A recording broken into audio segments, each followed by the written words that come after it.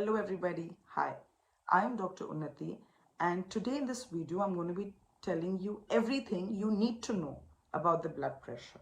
Now we need to understand how does the body modulate the BP to cater to its needs. Now there are primarily three systems which directly influence the change in blood pressures.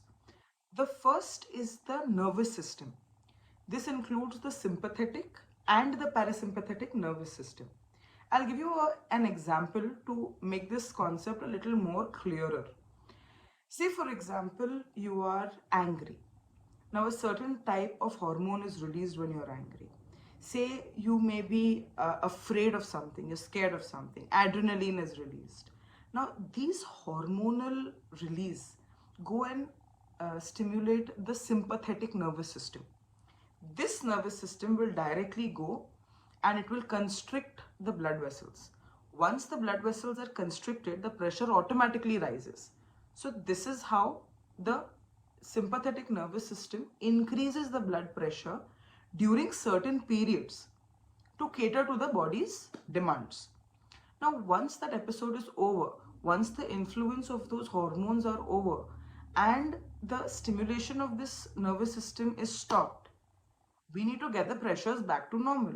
So the parasympathetic system will go dilate the vessels, thereby bringing the blood pressure back to normal.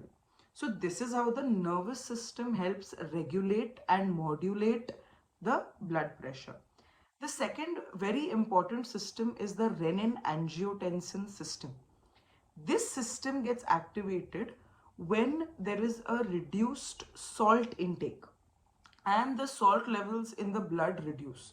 Now this is sensed by the kidneys immediately. Now what do? They release renin.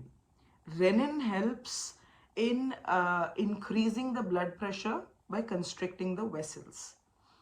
The kidneys also help the suprarenal gland to release aldosterone.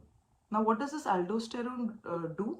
Aldosterone goes and increases water and salt retention. This also increases the blood pressure. So this is the second most important system. And the third important local factor is the inner lining of the arteries.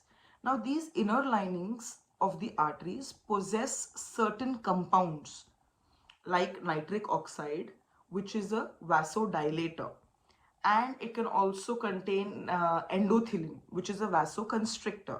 So whenever the pressure rises, the endothelium, the inner lining of the arteries, will sense and release accordingly so that the blood pressure comes back to normal.